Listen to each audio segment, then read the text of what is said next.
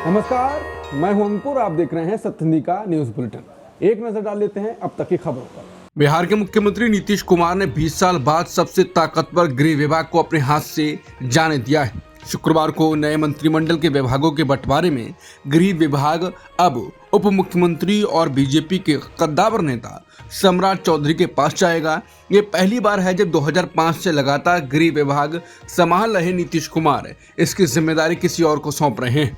राजनीतिक गलियारों में इसे साफ संकेत माना जा रहा है कि बिहार में एनडीए की गाड़ी अब बीजेपी के हाथों में ज्यादा मजबूती से आ गई है। सीमांचल में घुसपैठ के मुद्दे पर बीजेपी लगातार आक्रामक रही है और अब गृह विभाग मिलने से सम्राट चौधरी को कानून व्यवस्था के साथ साथ इस संवेदनशील मुद्दे को सीधे हैंडल करने का पूरा अधिकार मिल जाएगा। नीतीश कुमार ने अपने पास सिर्फ सामान्य प्रशासन, कैबिनेट सचिवालय और कुछ छोटे मोटे विभाग रखे हैं। वह पूरी तरह शासन और विकास योजनाओं पर फोकस करना चाहते हैं। जेडीयू कोटे से कोई बड़ा विभाग नहीं मिला है जिससे पार्टी के अंदर नाराजगी को बढ़ावा मिल सकता है।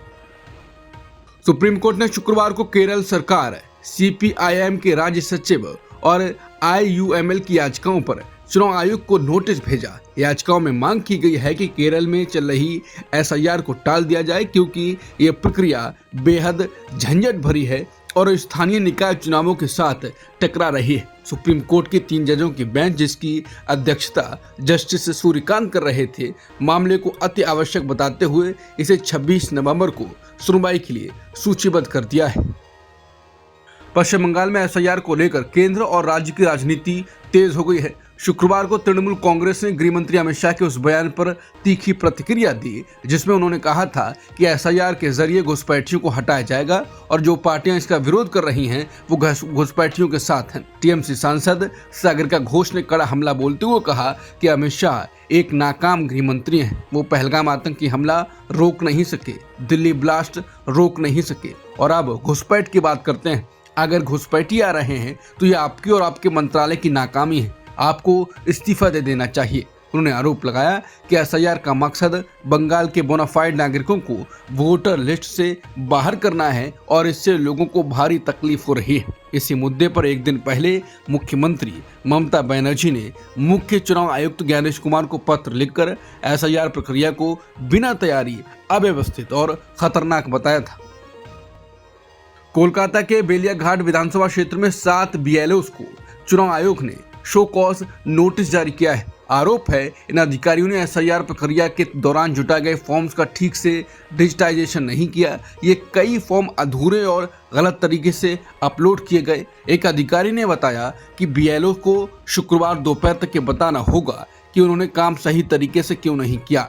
अगर जवाब संतोषजनक नहीं मिला तो अनुशासनात्मक कार्रवाई की जाएगी।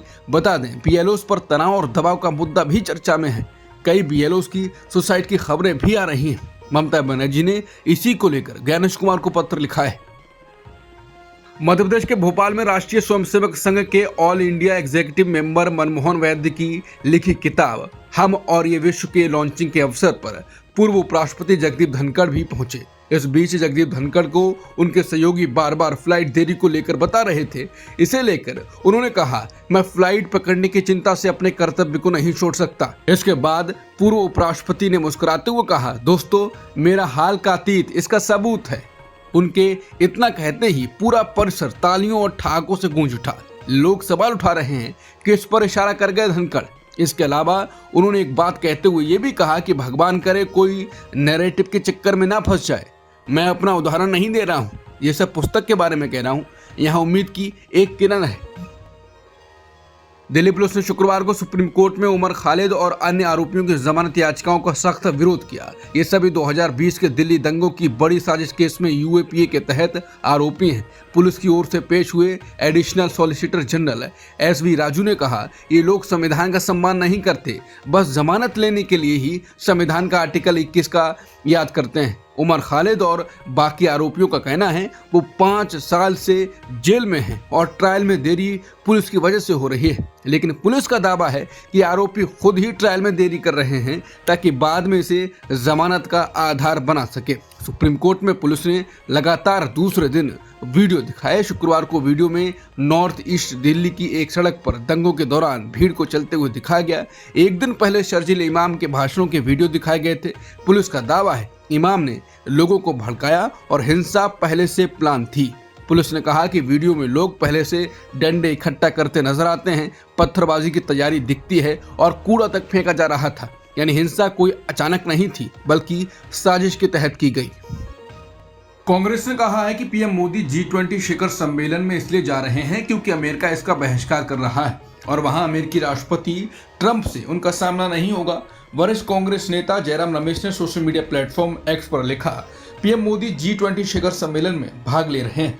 वो इस यात्रा को पूरी सहजता के साथ इसलिए कर पा रहे हैं क्योंकि अमेरिका इस शिखर सम्मेलन का बहिष्कार कर रहा है। उन्होंने लिखा, याद कीजिए कि कुछ दिन पहले प्रधानमंत्री मोदी कुआलालंपुर में होने वाले भारत आसियान सम्मेलन में इसलिए नहीं गए थे क्योंकि वहां उनका आमना सामना राष्ट्रपति ट्रंप से होना था। उन्होंने लिखा, अगला G20 शिखर सम्मेलन 1 साल बाद अमेरिका में होगा, तब तक शायद अमेरिका के साथ भारत की ट्रेड या डील हो जाएगी। लेकिन जिस तरह राष्ट्रपति ट्रंप पिछले 7 महीनों में 61 बार ये दावा कर चुके हैं कि उन्होंने ऑपरेशन सिंदूर को रोका था, कल्पना कीजिए कि आने वाले 12 महीनों में वो ये दावा कितनी बार और दोहराएंगे। बता दें, प्रधानमंत्री मोदी शुक्रवार को जोहान्सबर्ग यानी दक्षिण अफ्रीका की यात्रा पर रवाना हुए। मोदी यहाँ 21 नवंबर से लेकर 23 नवंबर तक आयोजित हो रहे 20वें G20 शिखर सम्मेलन में हिस्सा लेंगे। तमिलनाडु के मुख्यमंत्री और डीएमके अध्यक्ष एम.के. स्टालिन ने शुक्रवार को साफ कहा कि जब तक संविधान में बदलाव कर गवर्नरों के लिए बिलों को मंजूर या वापस करने की समय सीमा तय नहीं की जाती, तब तक उनकी लड़ाई जारी रहेगी। सुप्रीम कोर्ट की राष्ट्रपति रेफरेंस पर दी गई सलाह पर अपनी पहली प्रतिक्रिया में स्टालिन ने कहा कि राज्य के अधिकार और सच्चा फेडरलिज्म हमारी लड़ाई है, ये लड़ाई जारी रहेगी। स्टालिन ने अपने बयान में बताया कि सुप्रीम कोर्ट की राय 8 अप्रैल 2025 के उस ऐतिहासिक फैसले पर कोई असर नहीं डालेगी जो तमिलनाडु बनाम राज्यपाल तमिलनाडु मामले में आया था। स्टालिन बार बार आरोप लगाते रहे हैं कि राज्यपाल देर करके सरकार के कामकाज को रोकते हैं और अब उन्होंने ये साफ संकेत दिया है कि डीएमके संविधान संशोधन तक पीछे हटने वाली नहीं है। अमेरिका ने भारत को 2 अहम हथियार बेचने के सौदे को मंजूरी दे दी है। अमेरिकी विदेश मंत्रालय ने कहा कि अमेरिका ने भारत को 92.8 मिलियन डॉलर यानी लगभग 823 करोड़ रुपए के हथियार बेचने की मंजूरी दी है। भारत को जो हथियार बेचे जाएंगे उनमें जेवलिन एंटी टैंक मिसाइल और एक्सकैलिबर प्रिसिशन आर्टिलरी प्रोजेक्टाइल शामिल है। ये ऐसे गोले हैं जो सटीक निशाना लगा सकते हैं। ये सौदा भारत के पीएम मोदी की वॉशिंगटन में डोनाल्ड ट्रंप से मुलाकात के 9 महीने बाद हुआ है। यहाँ दोनों देशों ने रक्षा क्षेत्र में सहयोग पर प्रतिबद्धता जताई थी। ऐसी खबरें हैं कि ट्रंप ने भारत से अमेरिका में बने और अधिक हथियार खरीदने की अपील की थी। यूक्रेन के राष्ट्रपति वोलोदिमीर ज़ेलेंस्की ने कहा कि उनका देश इस समय अपने इतिहास के सबसे कठिन दौर से गुजर रहा है। शुक्रवार को उन्होंने राष्ट्र के नाम वीडियो संदेश में बताया कि अमेरिका के नई शांति प्रस्ताव पर कैसे प्रतिक्रिया दें। ये यूक्रेन के सामने सबसे बड़ा सवाल बन गया है। ज़ेलेंस्की ने कहा, हम बहुत मुश्किल सिचुएशन में हैं।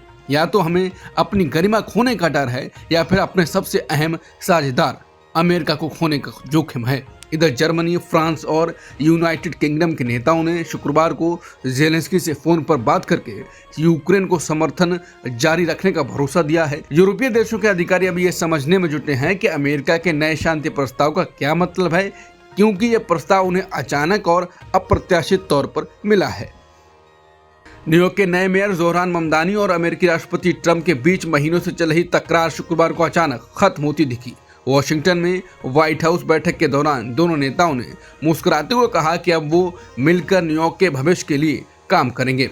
34 साल के जोहरान ममदानी हाल ही में चुनावों में भारी जीत के बाद न्यूयॉर्क के मेयर चुने गए। वो लगातार ट्रंप पर हमलावर रहे और उन्हें बुरे मकान मालिकों जैसा बताते थे। वहीं ट्रंप ने ममदानी को कम्युनिस्ट कहा था और यहाँ तक कि उनकी डिपोर्टेशन की बात भी कही थी। लेकिन शुक्रवार की मुलाकात बिल्कुल अलग तस्वीर लेकर आई। राष्ट्रपति ट्रंप ने ममदानी की ऐतिहासिक जीत की तारीफ की और कहा वो न्यूयॉर्क को फिर से महान बनाने के लिए अच्छा काम कर सकते हैं। अब तक की खबरों में इतना ही। बाकी खबरों के लिए बने रहिए सत्य हिंदी के साथ।